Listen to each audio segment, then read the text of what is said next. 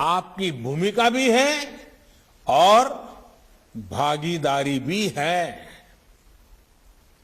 अभी हाल ही में संपन्न हुए टोक्यो ओलंपिक और पैरा ओलंपिक में हमारे खिलाड़ियों ने शानदार प्रदर्शन किया है।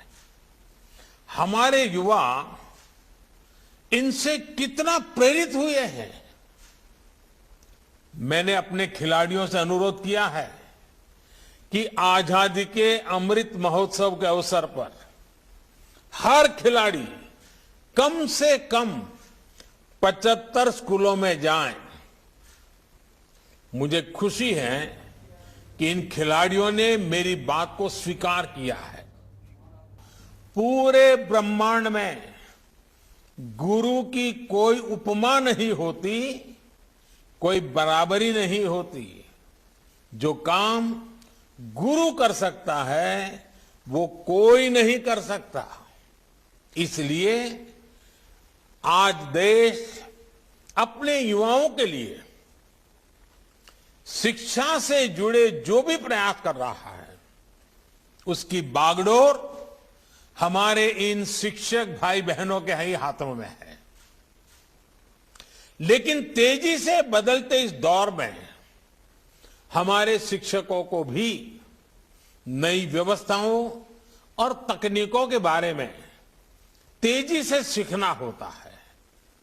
निष्ठा ट्रेनिंग प्रोग्राम से, इस ट्रेनिंग प्रोग्राम का एक अच्छा सा निष्ठा आपके सामने अभी प्रस्तुत किया गया।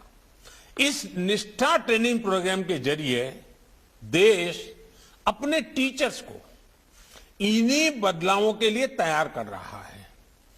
निष्ठा 3.0 अब इस दिशा में एक और अगला कदम है और मैं इसे बहुत महत्वपूर्ण कदम मानता हूं। हमारे टीचर्स जब competency based teaching, art integration, high order thinking और क्रिएटिव एंड क्रिटिकल थिंकिंग जैसे तत्वों से परिचित होंगे तो भविष्य के लिए युवाओं को और सहजता से गढ़ पाएंगे।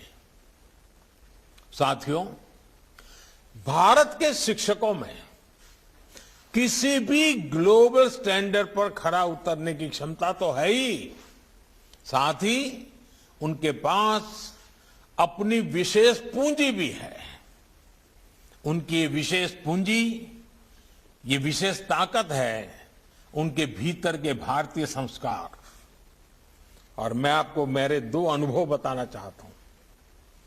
मैं प्रधानमंत्री बनकर के जब पहली बार भूटान गया तो वहां का राज परिवार हो, वहां के शासकीय व्यवस्था के लोग हो, बड़े गर्व से कहते थे कि पहले हमारे यहां करीब करीब सभी टीचर्स भारत से आते थे और यहां के दूर सुदूर इलाकों में पैदल जाकर के पढ़ाते थे।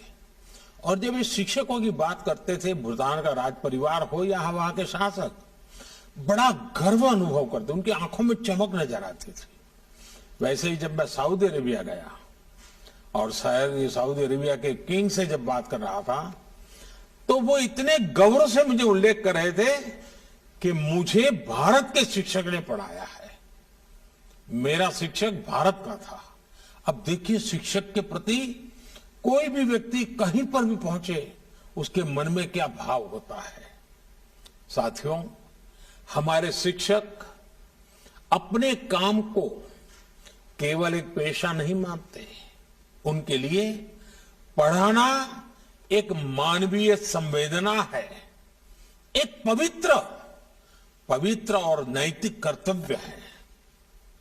इसलिए हमारे यहां शिक्षक और बच्चों के बीच प्रोफेशनल रिश्ता नहीं होता, बल्कि एक पारिवारिक रिश्ता होता है।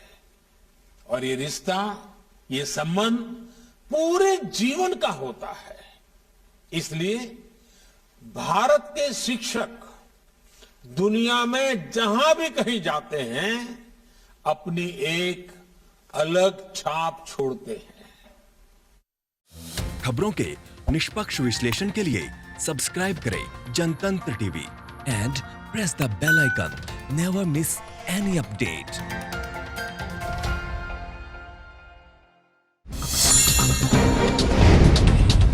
Download the Janatantra TV app, available on Google Play and App Store.